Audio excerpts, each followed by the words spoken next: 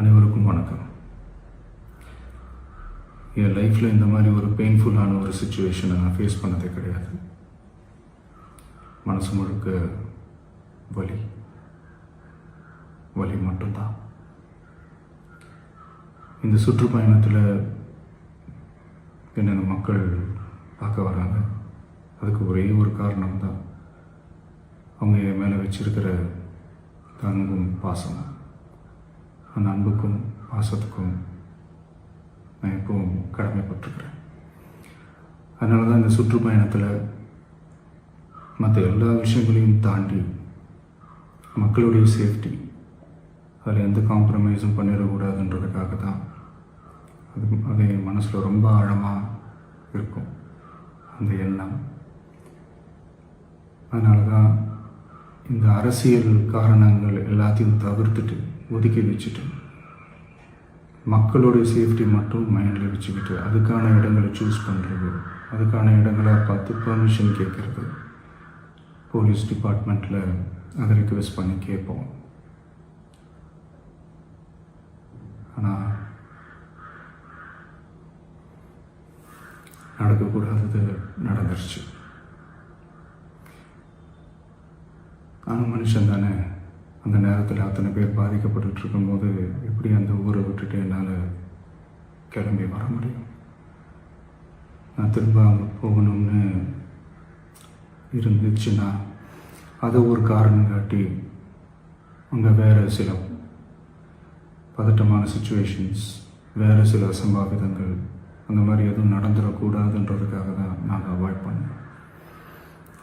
இந்த நேரத்தில் சொந்தங்களை இழந்து தவிக்கிற அத்தனை குடும்பங்களுக்கும் என்னுடைய ஆழ்ந்த இரங்கலை தெரிவிச்சுக்கிறேன். எனக்கு தெரியும், என்ன சொன்னாலும் இது ஈடேயாகாதுன்னு எனக்கு தெரியும்.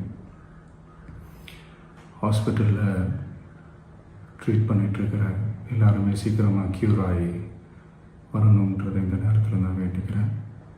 கூடிய சீக்கிரமே உங்கள் எல்லாரையும் நான் சந்திக்கிறேன். இந்த நேரத்தில் எங்களுடைய வலிகளை, எங்களுடைய நிலைமையை புரிஞ்சுக்கிட்டு எங்களுக்காக பேசின அரசியல் கட்சிகளை சார்ந்த நண்பர்கள், தலைவர்கள் அனைவருக்கும் என்னுடைய நன்றியை தெரிவிச்சுக்கிறேன். கிட்டத்தட்ட ஒரு 5 மாவட்டத்துக்கு பிரச்சாரத்துக்கு போனோம். இந்த மாதிரி எதுவுமே நடக்கல. ஆனால் கரூரில் மட்டும் ஏன் எப்படி நடக்குது, எப்படி நடக்குது? மக்களுக்கு எல்லா உண்மையும் தெரியும். மக்கள் எல்லாத்தையும் பார்த்துக்கிட்டு இருக்கிறாங்க. கரூரை சேர்ந்த அந்த மக்கள் அந்த உண்மையெல்லாம் வெளியில் சொல்லும்போது எனக்கு கடவுளே நேரில் வந்து இறங்கி அந்த உண்மைகள்லாம் சொல்கிற மாதிரி எனக்கு தோணுச்சு. சீக்கிரமே எல்லா உண்மைகளும் வெளியில் வரும்.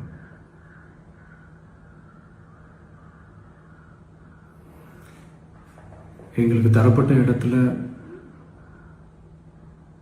நாங்கள் போய் அந்த ஸ்பாட்டில் நின்று நாங்கள் பேசிட்டு வந்தோம். அதை தாண்டி எந்த தவறும் எங்கள் சைடில் நாங்கள் எதுவுமே செய்யலை. பட் இருந்தாலும் எங்கள் கட்சியை சேர்ந்த நிர்வாகிகள், தோழர்கள் மேலே எஃப்ஐஆர், அது மட்டும் இல்லை சோஷியல் மீடியாவை சேர்ந்த நண்பர்கள், தோழர்கள், அவங்க மேலே எஃப்ஐஆர்லாம் போட்டு இப்போ பிடிச்சிக்கிட்டு இருக்கிறாங்க.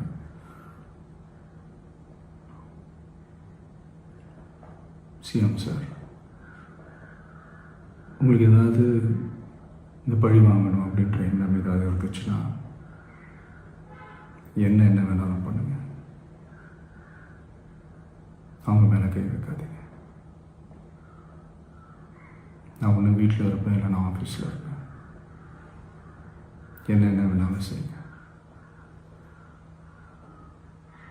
நண்பர்களே, தோழர்களே,